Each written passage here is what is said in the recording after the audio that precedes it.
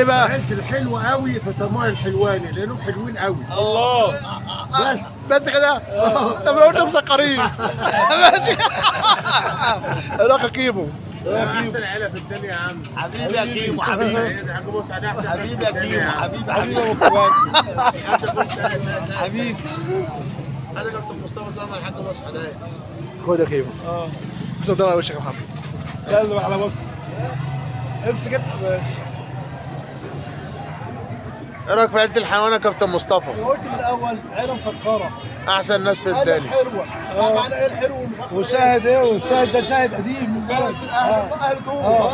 طب احنا قلت عيله مسكره. وخلي بالك ده اصلهم شرقيه كمان من العيله اللي هي الجذور الشرقيه.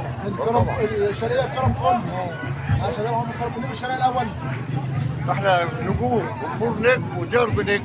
ابدع ناس. 3 بلاد بس بتوعنا. في خط كده في الشرقيه كده خط معروف. ماشي.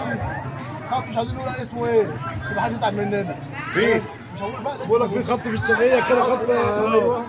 ده خط بالبس. لا ابدع ناس. امال ايه؟ انا قلت حاجه غلط انت غلطنا. امال ايه بقى؟ لا هات هو اللي بيقول لك خط ايه؟ خط ايه؟ خط ايه اللي هو معوج؟ هتجيب عليا. البيس دي مشهوره فيها طياره. في الميدان كده في طياره. انت عندكم هنا بتطوف في طياره؟ عندك طياره هنا؟ لا. طب خلاص هناك في طياره. احلى صحبه بقى احلى رجاله. أحلى رجالة. ماشي.